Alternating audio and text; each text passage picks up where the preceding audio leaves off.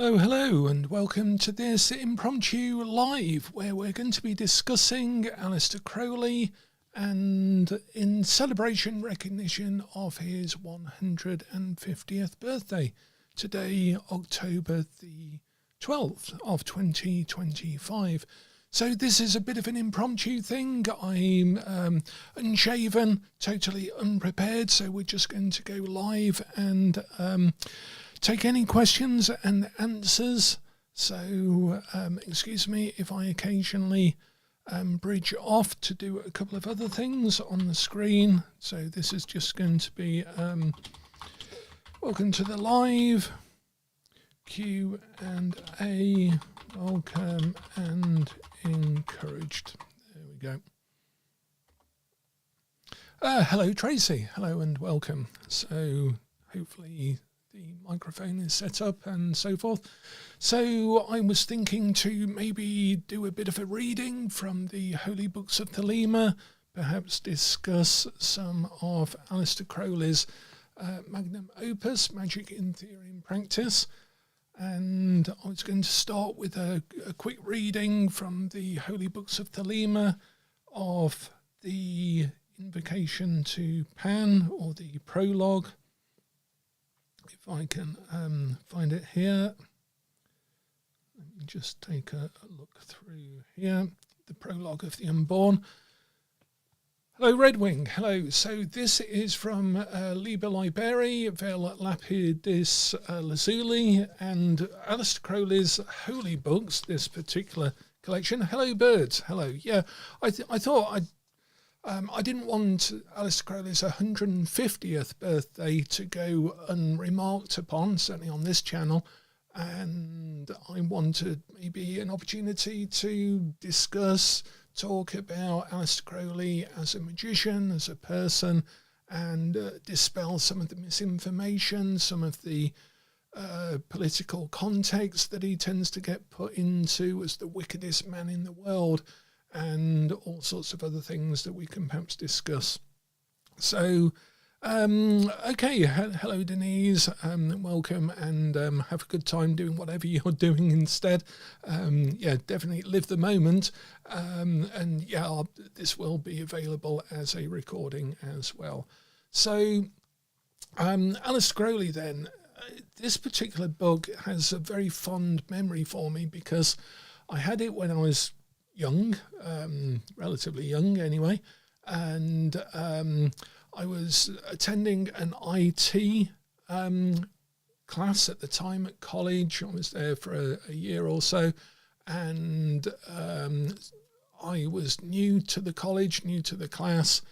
We'd only just started together. We were a group of about 25 young people from different areas, and I brought this book with me to the college every day on the bus to read, and also to sort of leave on my desk in between classes and see if it would provoke any interest or anything else, like to find my tribe, find my people if I could, even amongst the IT fraternity at the time.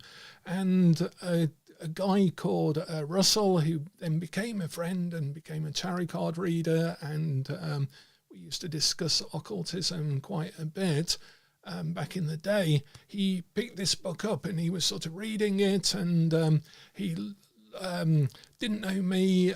The first thing he said to me was, "What's this? Leaps away as a white gazelle into the forest. What sort of poetic rubbish is this?" And I said, that's sex, that is, he's talking about. And then Russell actually dropped the book like, and we became immediate friends there and then, and it was a good long friendship as well. He actually left that little place in Hena, that college, and went to Silicon Valley, where he worked for Hewlett-Packard for many, many years. He was part of the IT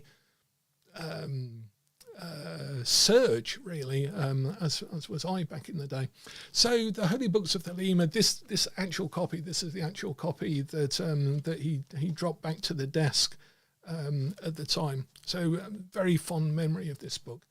But each of the poems, each of the pieces of work here is titled. It has usually a Latin title. Liber means book, and Vel means or. So this is the Book of Freedom, or the Book of the Lapis Lazuli. And then sometimes it has a sub-figure, another figure, which is often Kabbalistic. This is 7 for the Chariot card, and for Venus and Netzach on the Tree of Life. And this title here is an adumbration, a recounting, a retelling of Egyptian Kabbalah, or the sort of Kabbalah of ancient Egypt. So already there's quite a bit of gatekeeping going on here. It doesn't make it the most accessible thing, even though Crowley said magic is, famously said magic is for all. He didn't write it for all. And then here it says, being the voluntary emancipation of a certain exempt adept, that's Crowley, from his adeptship, these are the birth words of a master of the temple. So this particular set of writings, Liber 7, is in effect a statement. Let me just put a little bookmark in there, see if I can get a Tree of Life to hand. I had one earlier on. Where did I put it? You'd think that I'd have a Tree of Life to hand everywhere. There we go. Yeah, it's on the back of here. So, in effect, that Liber 7 is the birth words of a master of the temple, which is the grade of Bina, which has been hidden by the design here. But Bina is here, and the exempt adept is here on the Tree of Life. So, he's talking about very high mystical states here. He's talking about the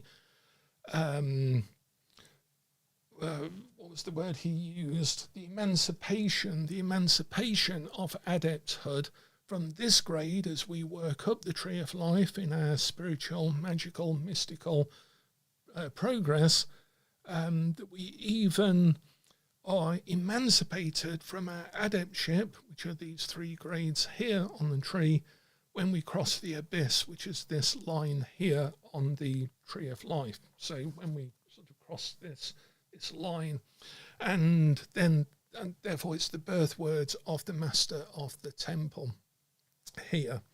So so he's really talking about this transition, this letting go of all necessity of identity, of self-awareness, self-existence, separative self, because the grades here are Adeptus Minor, Adeptus Major, Adeptus Exemptus, and all of this work is to consolidate the self into one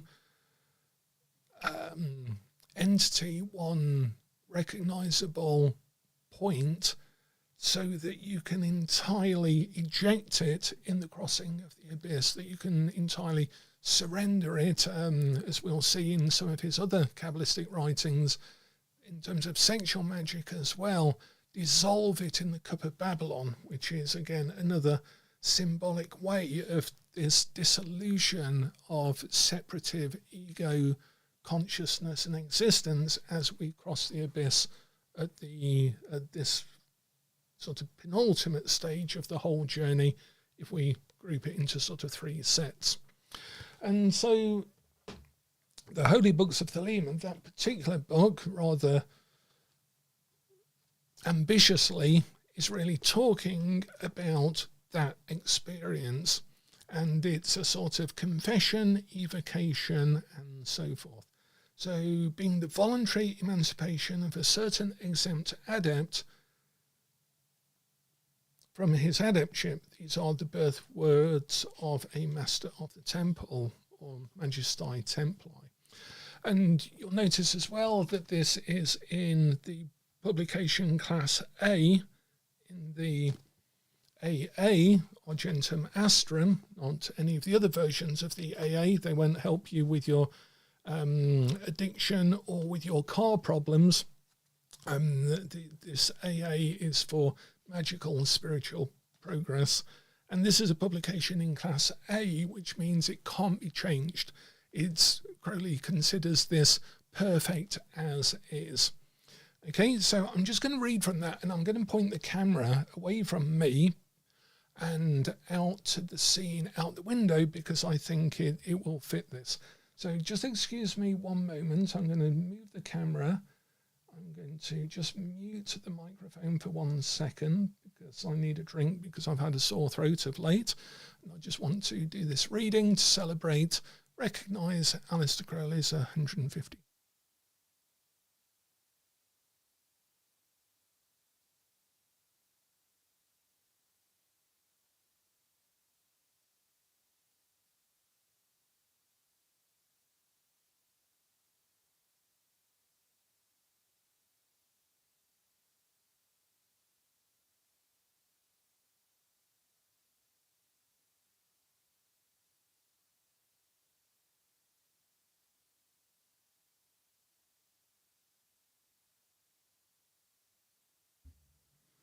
There we go. Can you see that? There might be some glare on the window, but I just wanted the light on the mountains, and you'll see why for this first bit of what's called the Prologue of the Unborn. From Liber Liberi vel Lapidis Lazuli.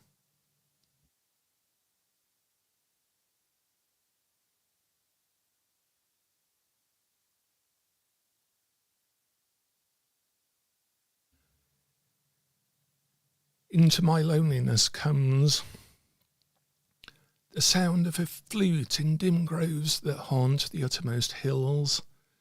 Even from the brave river they reach to the edge of the wilderness, and I behold Pan.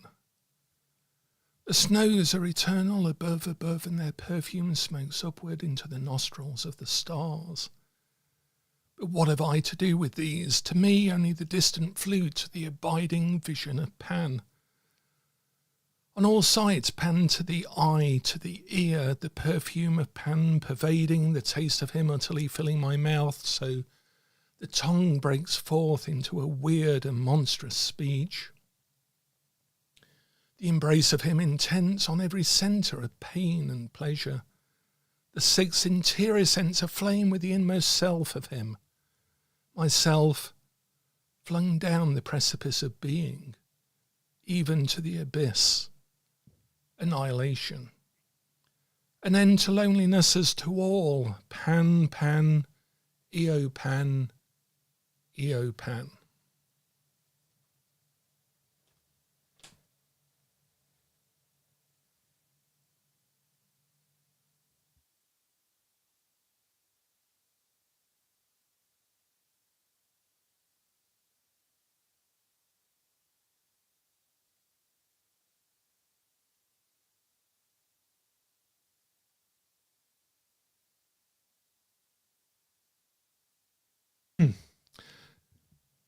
So that was the Prologue of the Unborn, it's called, and that is a little section that starts Liber Liberi vel Lapidis Lazuli, the birth words of a master of the temple. This myself flung down the precipice of being, even unto the abyss, annihilation. We can now understand, once we understand what the piece of writing is about, what this is about. It's about this surrender, this dissolution of separative consciousness into the all, into the nothingness, into the grade of Master of the Temple on the Tree of Life. And really a lot of the Western esoteric and history system that I teach is focused on appreciating, recognizing, incorporating and utilizing magical experience, ritual experience, to understand that this is the goal, this is the aim, this is the true state of existence, as much as we can possibly be aware of that through magical practice, because we delve into what we can make work, what really works, and we experiment with that in our own awareness, which is why this channel is called the actual Magician's Bookshelf, not the Magician's Bookshelf, because it's not it's the fact that, not that I'm saying I'm an actual magician and no one else is. I'm really encouraging people to be magicians in actuality. So that's the way of reading it. It's I want us to be magicians in our actual world, not in some sort of fictionalized performative presentation of things that looks magical, sounds magical, but has got nothing to do with this long-term goal that's at the heart of magic. And this is really what Crowley spent all of his time working on as well. And it's ironic that now in a socially media driven, of necessity, world, that a lot of magical teaching is now very performative, very artistic, very artisanal, very curated, and has got very, very little. In fact, it's almost an entirely different, it's more of a performative art form, a pastime, a hobby, a distraction, a career, than it is actual magic, at least as far as I understand it anyway. So, and Crowley, I think I would like to recognise his contribution, both in my own personal life and in the life of a lot of occultists, and to that on his 150th birthday today. So happy birthday, Mr. Crowley. So yeah, Tracy, if anyone's got any questions about Crowley that can give me a prompt to really talk about him, as far as I understand it, then I far more prefer that than me to give you my version of Crowley. What I think is important, I'd far more prefer to answer and discuss and chat about how other people see Crowley or not. He wasn't a perfect person by a long way. I wouldn't have probably liked to have met him. I might, in retrospect, like to go back and have met him once, but at the time I don't think I would have wanted to have met him. I don't think I would have certainly counted I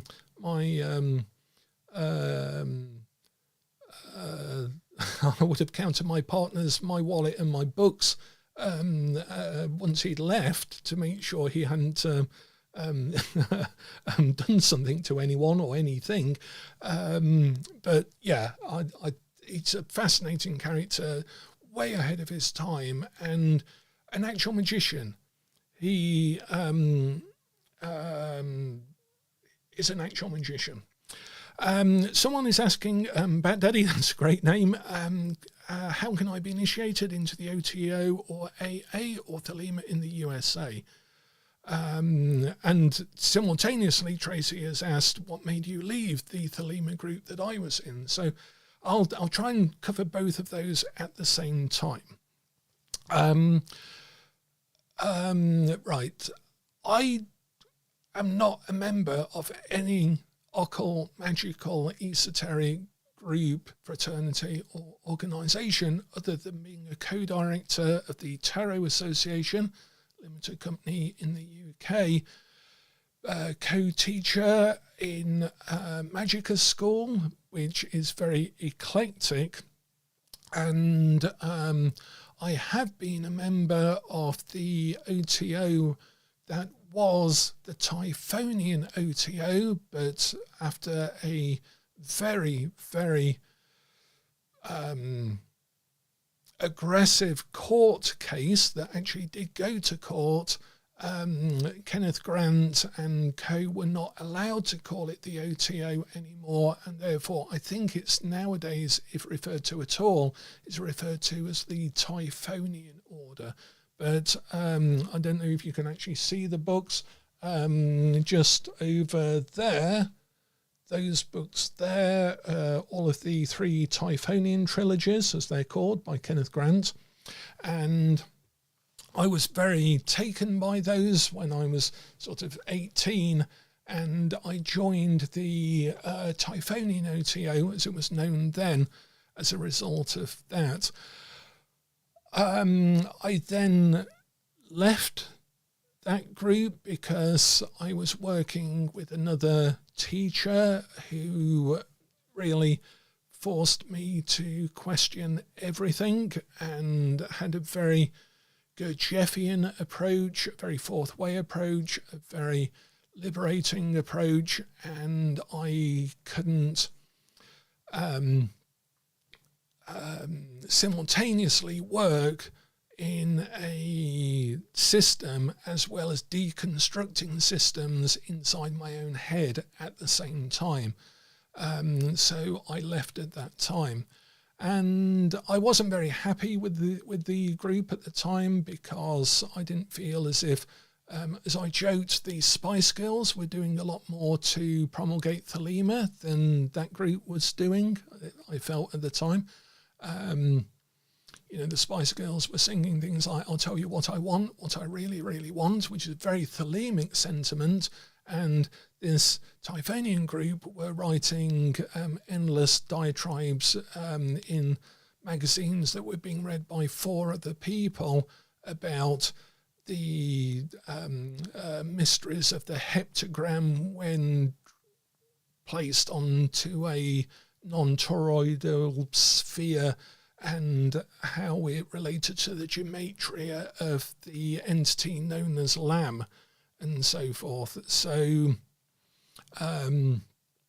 it seemed very abstract, very self-regarding, and nothing to do with the purpose of the OTO, which was literally stated to promulgate the law of Thelema. So I left as a result.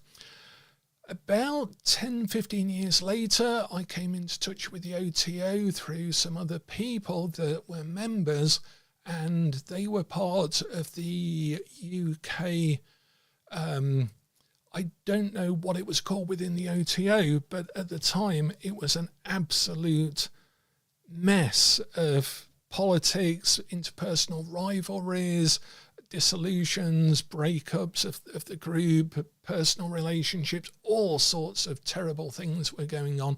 And I wanted nothing to do with that at all. I'm not interested in so-called occult politics. So I knew these people in the OTO. I had some relationship with them, friendship, in terms of more like companionship with what we were working on at the time. They were attending some rituals that I was running at the time, and but I really didn't feel like I wanted to join the OTO.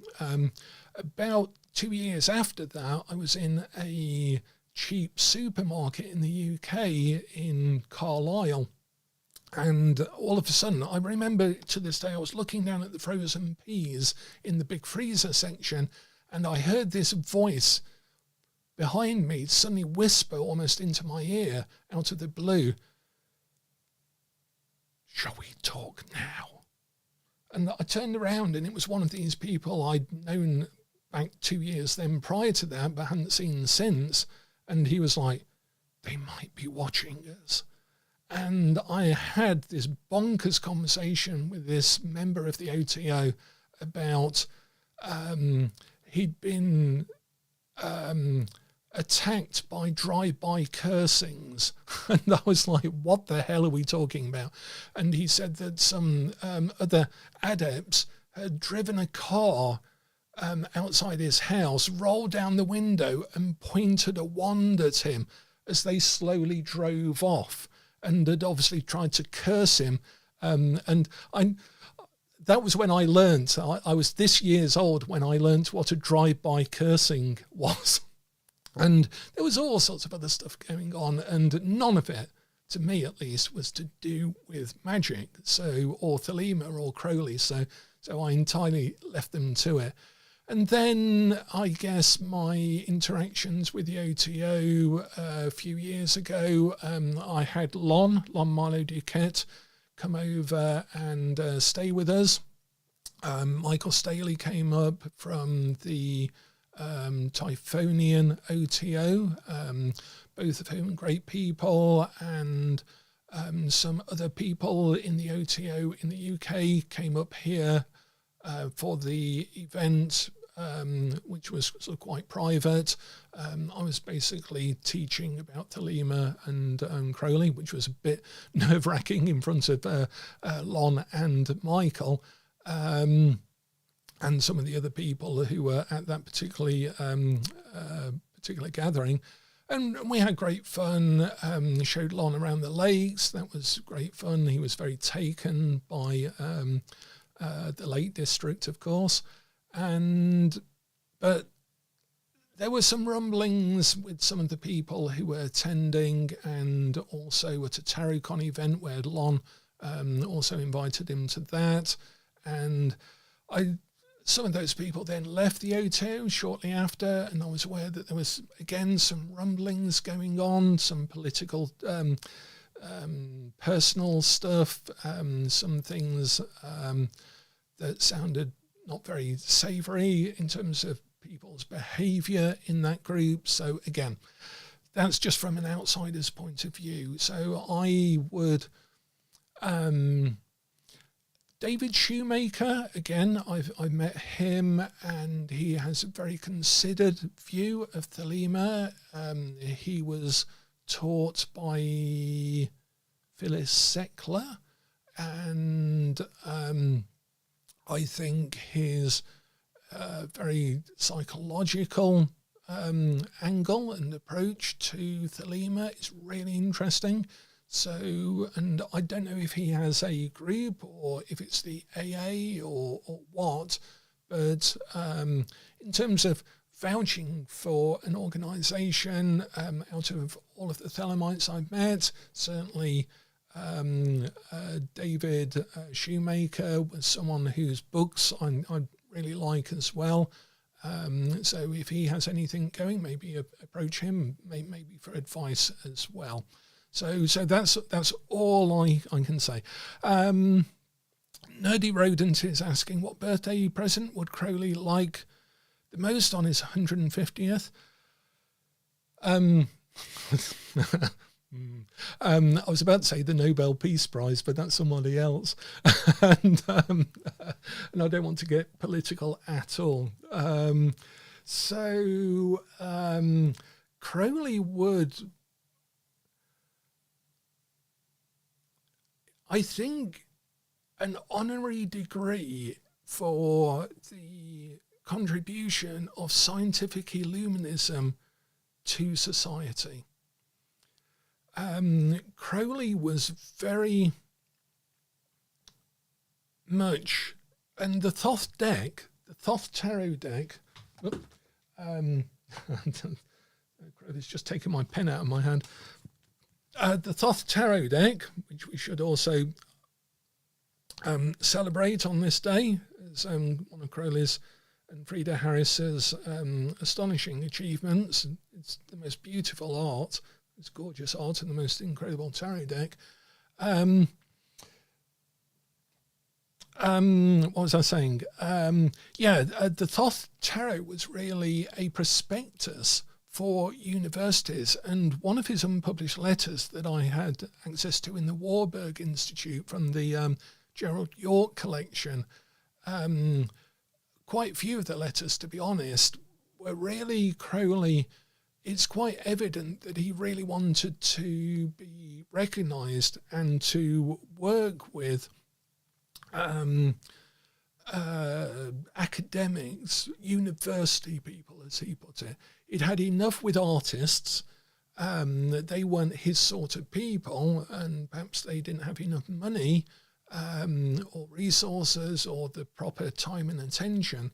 But he really wanted this academic recognition as well. And it's unfortunate that Frida Harris turned him away from attending the unveiling of the Thoth images at Oxford.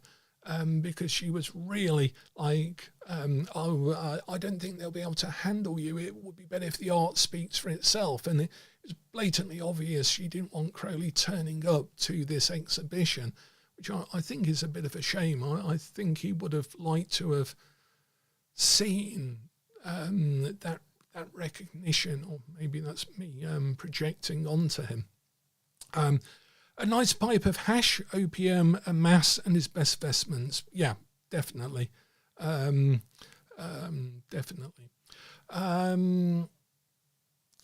Yeah, so Aleister Crowley. Yeah.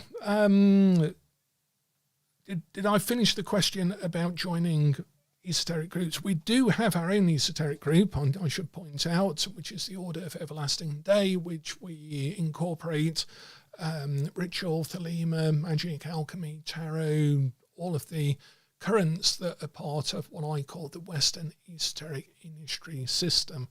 And you join that by taking a 1-year self-study course, which we call the Crucible, or the Crucible Club. And then at the end of that, if you want, you can invite yourself to the Order of Everlasting Day. We only have small number of people in that. We do a lot of work, and we joke that it's a magical order for people who don't join magical orders, and I was somewhat forced to create it because I don't like joining magical orders, and I certainly don't want to be responsible for one. But on the other hand, we do have the opportunity. It's really good to work with other people in esoteric matters, discuss things, make sure that you're doing a self-check, that you're not going off the deep end with it, because that is one of the big evils of occultism. People talk about summoning demons, or when you shuffle a tarot deck, does it not summon evil or something? I've seen, over 45 years, I've seen more people accelerate, provoke, catalyze, cause, inevitably draw out pre-existing mental health issues than I have been taken away by demons, not actual real demons anyway. It's far easier to go bonkers, slightly bonkers in that way. And also I was watching some social posts yesterday, and it is quite easy to forget common sense and get carried away with oneself in this particular path. I'm sure it is with many. I mean, you know, if we talk about fundamentalists in any category, whether it's for anything, I mean, we now have AI fundamentalists and things like that.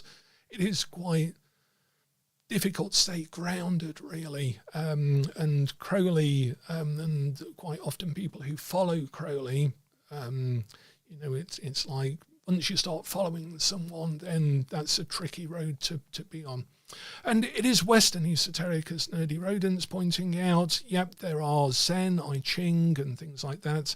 You'll notice just over here, there's a copy of the Wilhelm translation of the I Ching. Very sometimes when I'm tired of tarot, which happens every sort of decade or so, I'll go back to I Ching, because I used to do a lot of I Ching readings, as did Crowley. Crowley did far more I Ching readings than he did anything else. So there was another question as well about will, that I was going to come back to another reading from the Holy Books of Thelema, and this is from the Book of the Law. And as Baghdad is saying, we have to be at least a little bit bonkers to take on the work.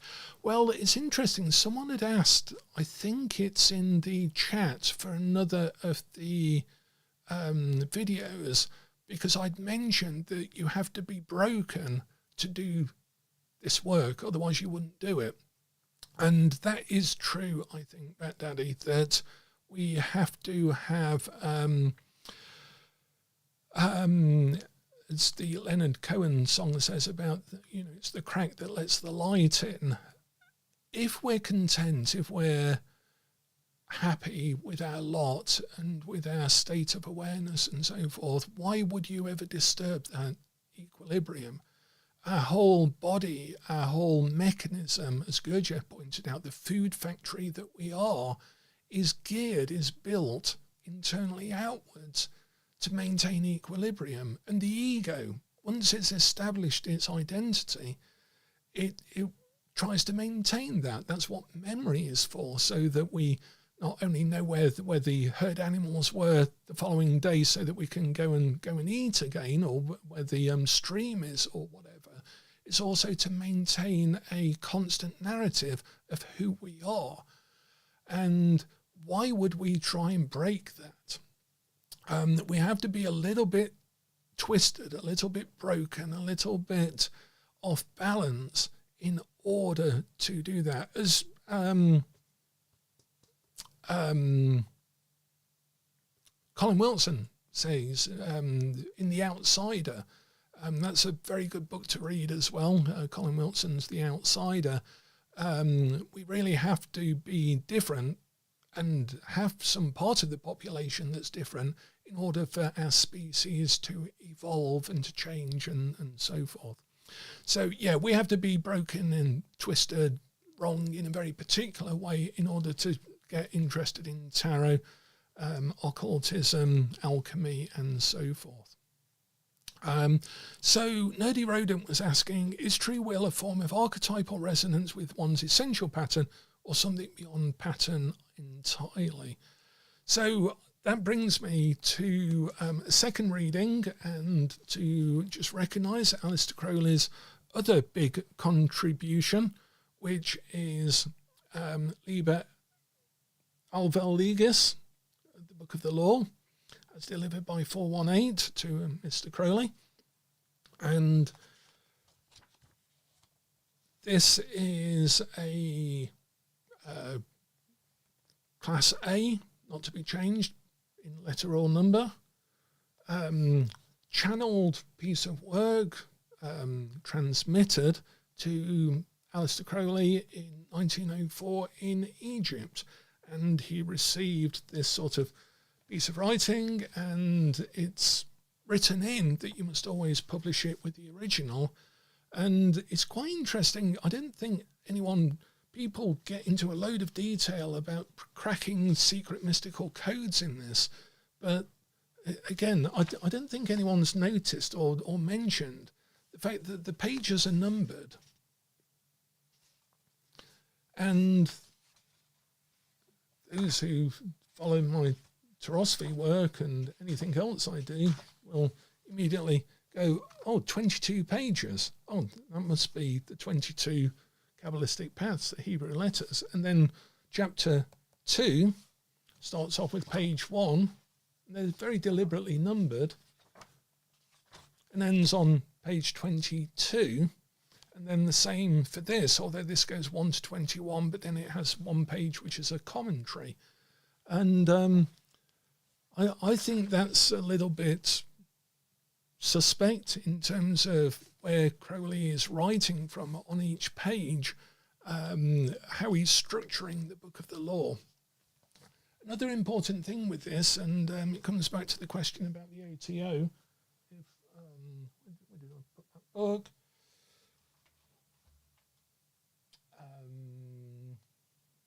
Give me 1 second.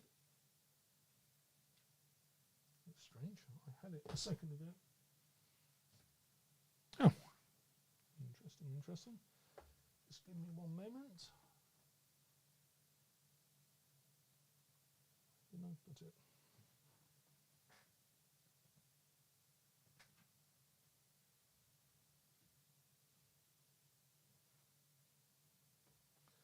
That is very strange. I was doing a quick video earlier on, and I had my copy of a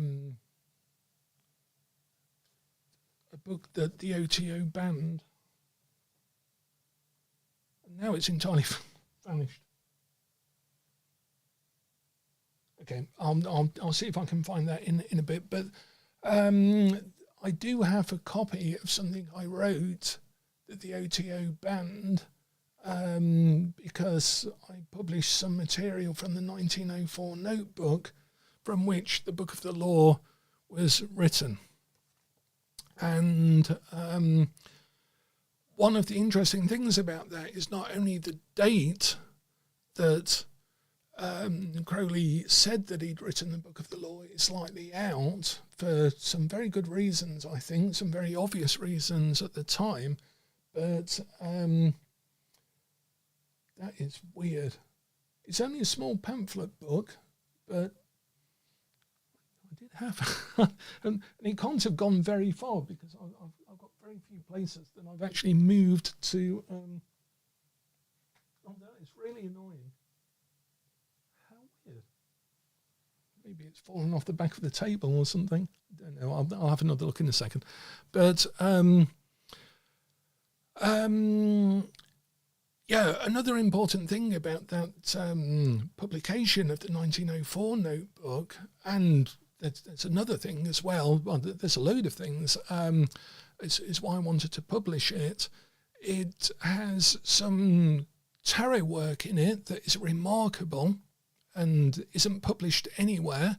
I managed to sneak some of it sort of into the Secrets of the Thoth Tarot book.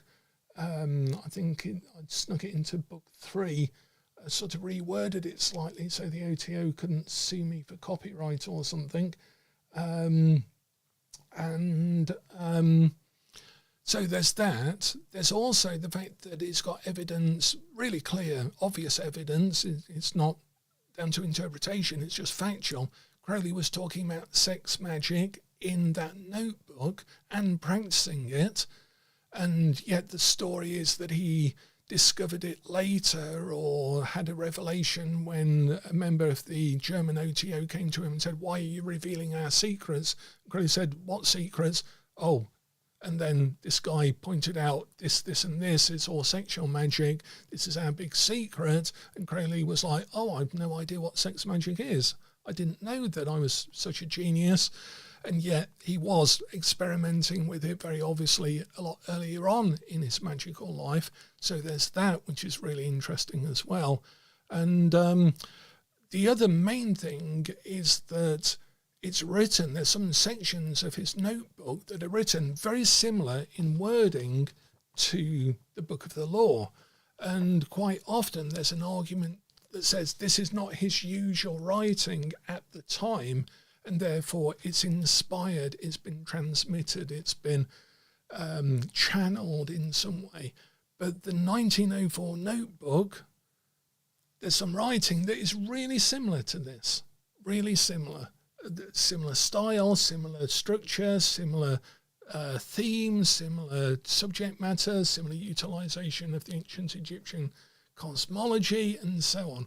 And that just makes sense. He did write this. It might have been inspired, it might have been channeled, but Crowley did write it.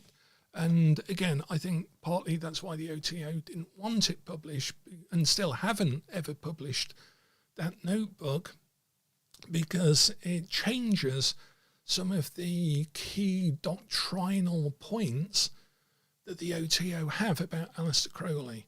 And Aleister Crowley was just a guy. He was just a guy at the end of the day. And it's far more interesting, far more magical to have the facts academically, look at them, and then compare things rather than try and maintain this myth, which is, it's not necessary. He was an amazing person, flawed, dangerous, irresponsible. I don't know if he was as racist or misogynist as other people in his culture at the time, or more so or less so. That's up for debate. He was a sort of form of liberal conservative in his politics, made some very dodgy decisions in his life, financially, in his relationships and things like that. So a human being, and I think that's quite interesting. But anyhow, so the Book of the Law was received by Aleister Crowley in Egypt in 1904, and there's something quite interesting that I just wanted to read out this section here.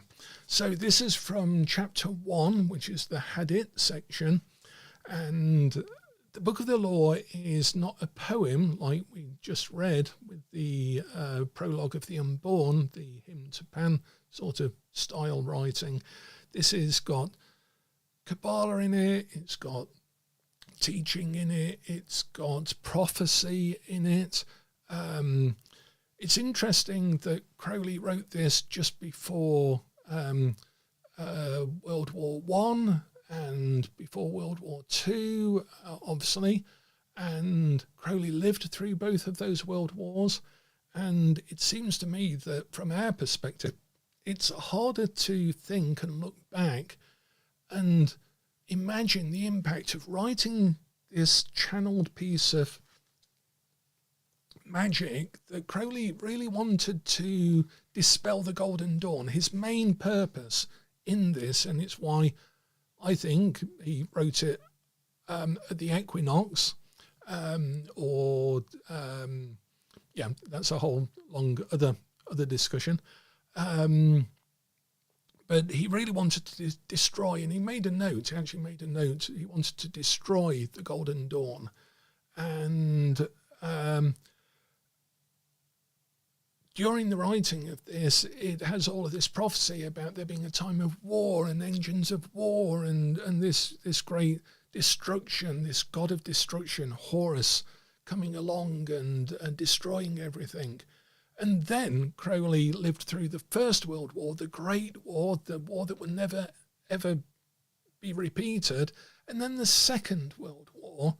So is it not unsurprising that he believed in his own role as a prophet? He did prophesy 2 world wars. The time he was writing this was a very... I was going to say peaceful time in a sense, but it was certainly not. It was not the First World War. The rumblings of the First World War hadn't really started, but these were like the last lights before the destruction of 2 world wars within a few decades of each other. And Crowley predicted it. You could certainly look at this as predicting it. So it's no surprise that his whole life was then built around the Book of the Law. But within it, there's this. Let it be that state of manyhood bound and loathing, so with thy all thou hast no right but to do thy will. This is the thing that most people understand with Crowley, do what thou wilt shall be the whole of the law. But it's this next bit that is really interesting. So, let it be that state of manyhood bound and loathing, so with thy all thou hast no right but to do thy will. Do that, and no other shall say nay. For pure will, unassuaged of purpose, delivered from the lust of result, is every way perfect. I'll repeat that. It's line 44 in chapter 1 of the Book of the Law. For pure will, unassuaged of purpose, delivered from the lust of result, is every way perfect. Every way perfect. And that to me, and from reading Crowley's unpublished diaries, seeing all of the notes down the side that don't get published when people tend to publish these things, unless they're pretty smart with it, and the OTO unfortunately haven't been for many years. They've not done proper versions or new editions of a lot of Crowley's work, and certainly his unpublished work and letters. One of the things that comes through all of that is Crowley's observation, because his belief system was not a religion, it wasn't a spiritual system, it wasn't a magical system, it wasn't a cult. He saw it as scientific illuminism, is about the best way of putting it. Scientific illuminism. The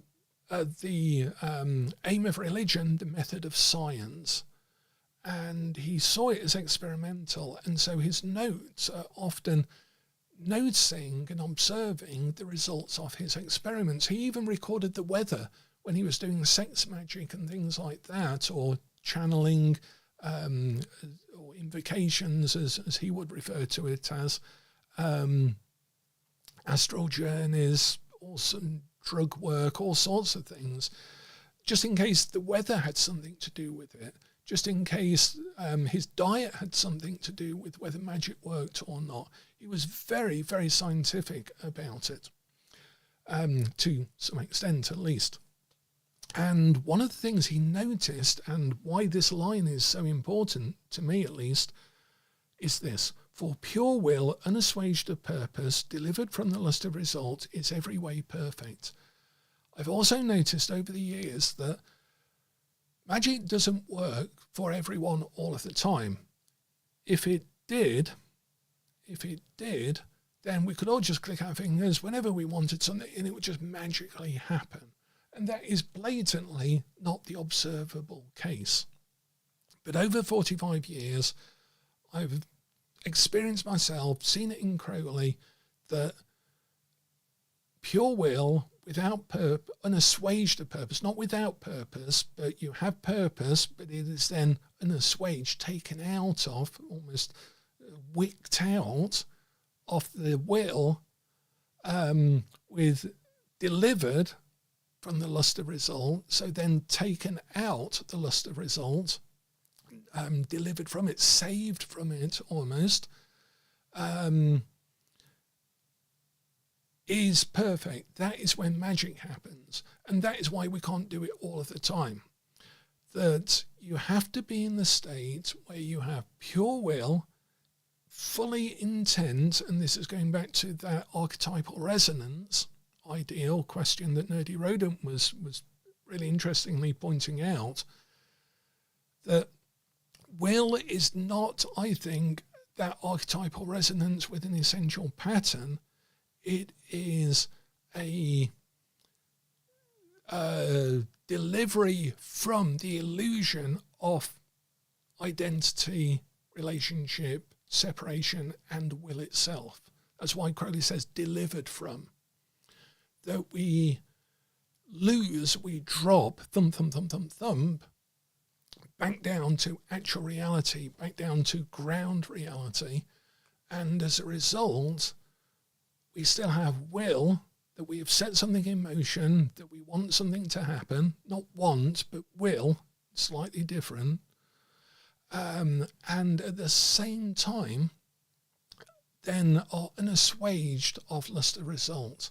We get out of our own way. Because to me, I think, and to Crowley, the universe, most people believe that the universe has some sort of plan that we've got to discover, or that the Bible has written down, or something like that, or God has in mind, and that we do things, that we are free, we have free will, or we don't have free will, depending on what you believe, but we're the ones who go around doing things. But to Crowley, and to me as an actual magician, or from the perspective of a magician in actual life, it seems to me that it's the other way around. We have the plan, we have plans, we have intent, we have visions, we have all sorts of things, but the universe doesn't. But the universe does everything, and we don't. We only think we do. As J.G. Bennett said from the Fourth Way, man cannot do anything. So it's a initiation, a twist in the brain of recognizing that we have the plan, but then we have to get entirely out of the way and let the universe do it. And the universe will quite happily oblige, because it's the universe's job is existing. So this idea that for pure will, unassuaged of purpose, delivered from the lust of result, is in every way perfect, I think is one of the key things that Crowley gave us from his observations of magical practice. And but then he goes on, and to answer Baghdadi's point, interesting point, the universe is like the womb for the seed of our will to grow. Even more than that, I think, is what Crowley says next in line 45. The perfect and the perfect are one perfect and not two, nay or none. So for pure will, unassuaged of purpose, delivered from the lust of result, is every way perfect. In line 45, the perfect and the perfect are one perfect and not two, nay or none. And Crowley is hinting there at something he calls the 0 equals 2 formula, which is if the universe is everything, it can't be anything else. If we look inside ourselves, we can't see ourselves, therefore we don't really exist.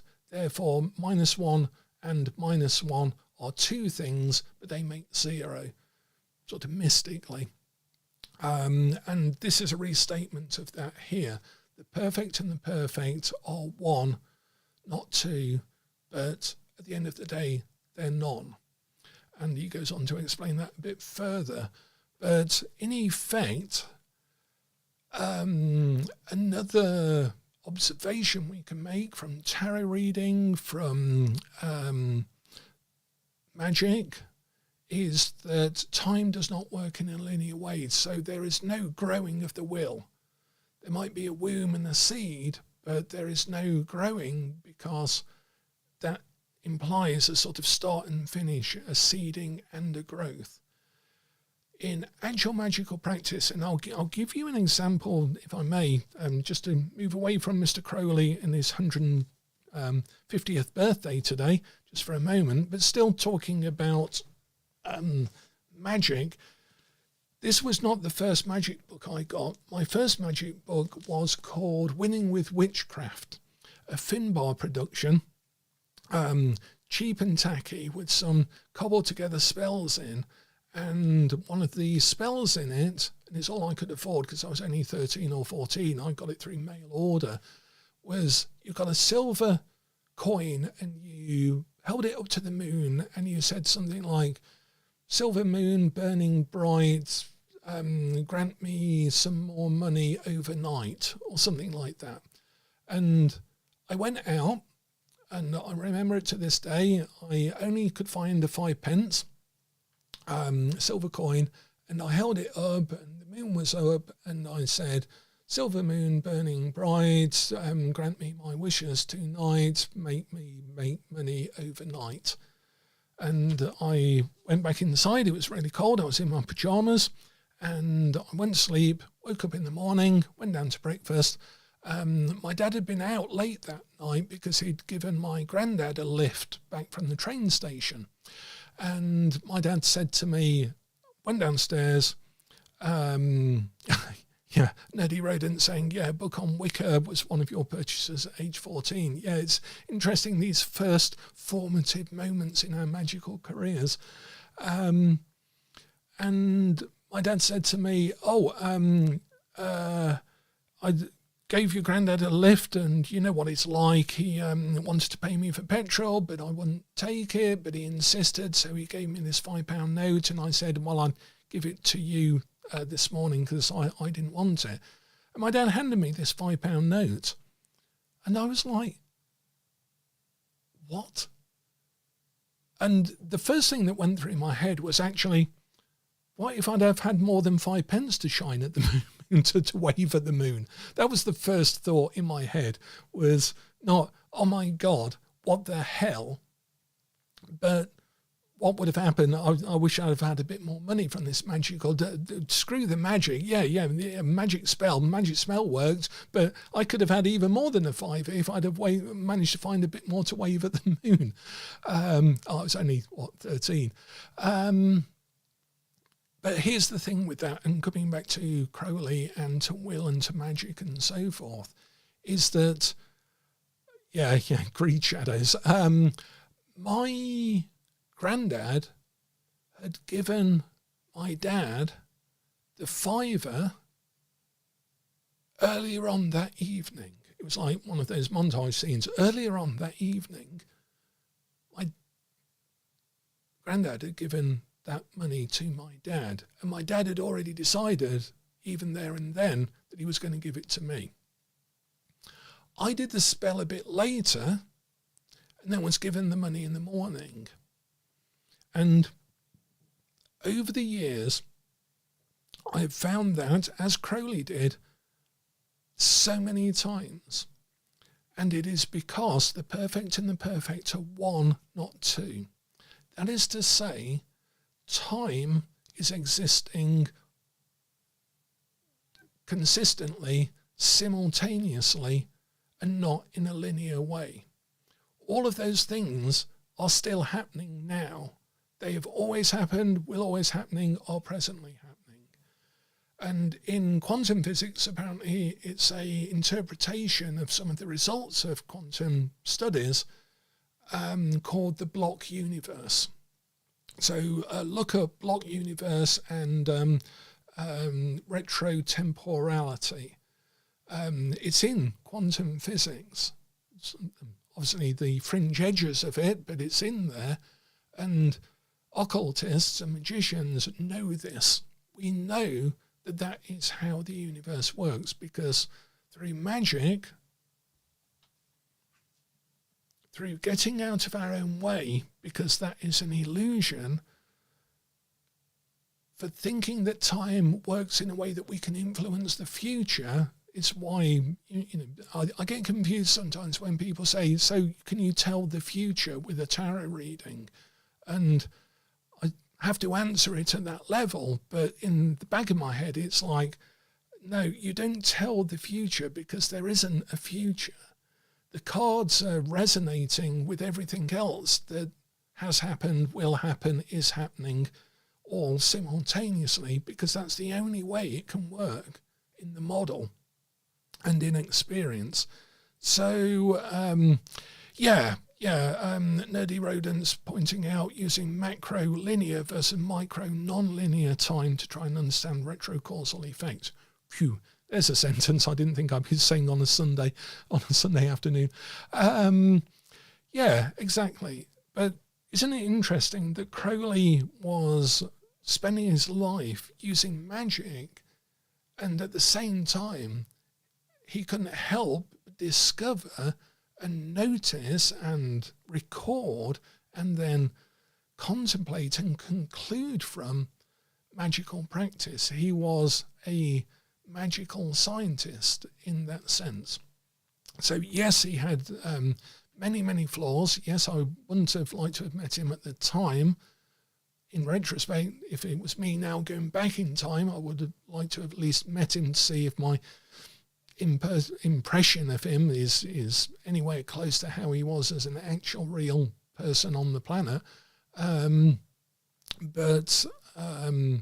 Certainly if I'd been living at the time, I wouldn't have wanted to have been in his orbit because of just historically now knowing what happened to most of the people in his orbit. There were very few people that came out of it in a sort of reasonable, sort of better off condition than they started, I think, for all sorts of reasons.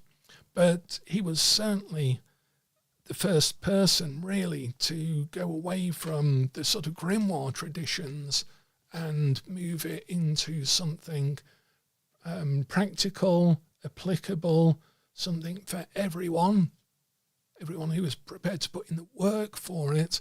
And very inspiring. I mean, inspiring to me, inspiring to many other people in terms of, say, looking at tarot in my case, because I really started with a lot of tarot in my background. I really wanted to look at it from a scientific point of view, from having experimented, trying different ways of reading, seeing what worked, what didn't, observing lots of other people, taking that aim of religion, method of science approach. I learned that from Crowley and applied that to tarot, and that's really where sort of Tarosophy and Tarosophy Squared and those books came from, and the Magister that Charlotte Wilde and I are now working on re-releasing is from this sort of Aleister Crowley inspired scientific illuminism. And I would really recommend on his 150th birthday having another dig into magic, seeing if you can take something new from one of the pages in there, because every page is full of really good stuff. Or perhaps if you're feeling more poetically inclined, take a look at one of his long-form poems, like the Holy Books of Thelema. Abductive, yeah, that's the word of the day. Yeah, it's very much that approach.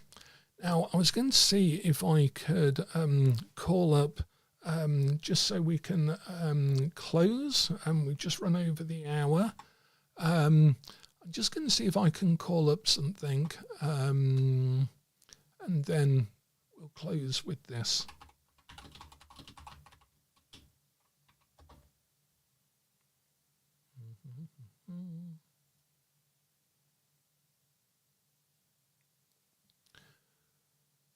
Sometimes I'll recite this. I don't know this one off by heart. But to celebrate Aleister Crowley's 150th birthday, I'd like to do my best to recite Hymn to Pan. So I'm just going to take some water first.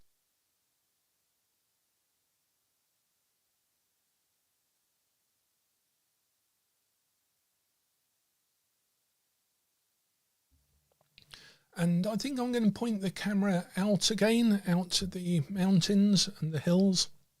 It makes me slightly less self-conscious as well if I'm reading.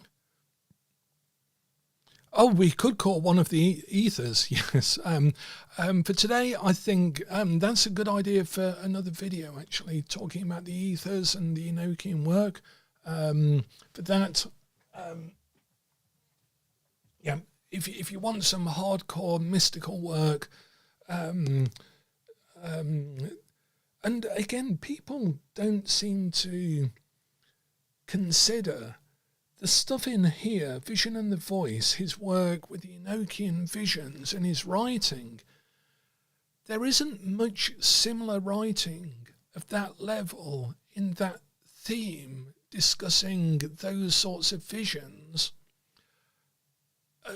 from biblical times. There's very few other examples. I mean, there's a lot of epic poetry and things like that, but there is nothing prophetic. There is nothing as wild and mystical and so forth. Obviously, there are accounts of drug experiences and so forth, and chemicals were involved in the writing of this. But some of this writing is just so majestic, so literally visionary that that would be another good way to recognise Crowley's birthday today, is by reading one of the ethers from Vision and the Voice. I don't know if who was it, Bat Daddy, do you have a favourite of the ethers? They're all some of them are a little bit more different than others, I guess. Right, okay, yeah, so let's just point ourselves out of the window a second, and then I'm going to just recite this, just to celebrate Mr. Crowley's birthday. It's getting a bit darker now.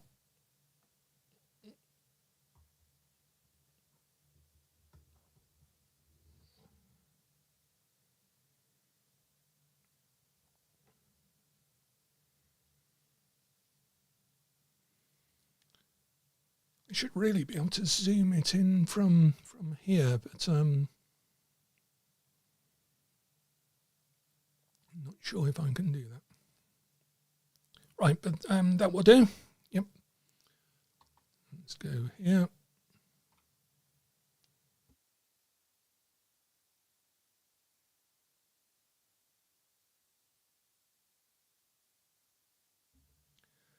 Okay, to celebrate Aleister Crowley's 150th birthday, today Sunday 12th of October, a recital of Hymn to Pan. Thrill with lissom lust of the light, O man, my man, come careering out of the night of Pan. Eo Pan, Eo Pan, Eo Pan, come over the sea from Sicily and from Arcady, roaming as Bacchus with fauns and pards, and nymphs and satyrs for thy guards. On a milk-white ass come over the sea to me, to me. Come with Apollo in bridal dress, shepherdess and pythoness. Come with Artemis silken shod, and wash thy white thigh. Beautiful God, in the moon of the woods on the marble mount, the dimpled dawn of the amber fount. Dip the purple of passionate prayer in the crimson shrine, the scarlet snare, the soul that startles in eyes of blue to watch thy wantonness weeping through. The tangled grove, the gnarled bole of the living tree that is spirit and soul and body and brain come over the sea. Eo Pan, Eo Pan, devil or God to me, my man, come with trumpets sounding shrill over the hill. Come with drums low muttering from the spring. Come with flute and come with pipe, am I not ripe? I who wait and writhe and wrestle with air that hath no boughs to nestle. My body weary of empty clasp, strong as a lion and sharp as an asp. Come, O come, I am numb with the lonely lust of devildom. Thrust the sword through the galling fetter, all devourer, all begetter. Give me the sign of the open eye and token erect of thorny thigh, and the word of madness and mystery, O Pan, Eo Pan, Eo Pan, Eo Pan, Pan, Pan, Pan. I am a man, do as thou wilt, as a great God can, O Pan, Eo Pan, Eo Pan, Eo Pan, Pan. I am awake in the grip of the snake, the eagle slashes with beak and claw, the gods withdraw, the great beasts come. Eo Pan, I am born to death on the horn of the unicorn. I am Pan, Eo Pan, Eo Pan, Pan, Pan. I am thy mate, I am thy man, goat of thy flock. I am gold, I am God, flesh to thy bone, flower to thy rod. With hooves of steel I race on the rocks, through solstice stubborn to equinox. And I rave and I rave and I rip and I rend, everlasting world without end.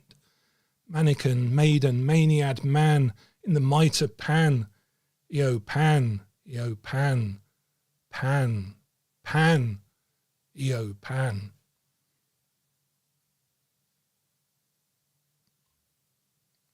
So that was a reading of Hymn to Pan by Aleister Crowley from his work, Book 4.